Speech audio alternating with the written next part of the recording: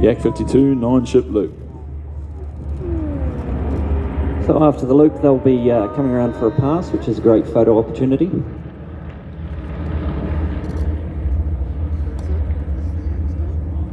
Opportunity now, folks, and then they'll pull up, break into their separate elements. You'll see the blue formation detached from the bottom.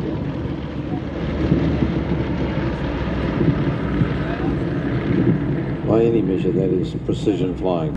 And that is led by Brett Emeny, based out of New Plymouth, and you saw him flying the Trojan before, leading Pete around the skies there.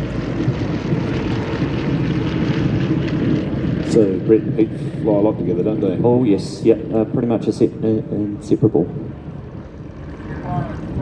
Harvey. Mike Harvey and Yak 718. We know that aircraft. Yeah, that's a Tauranga-based aircraft.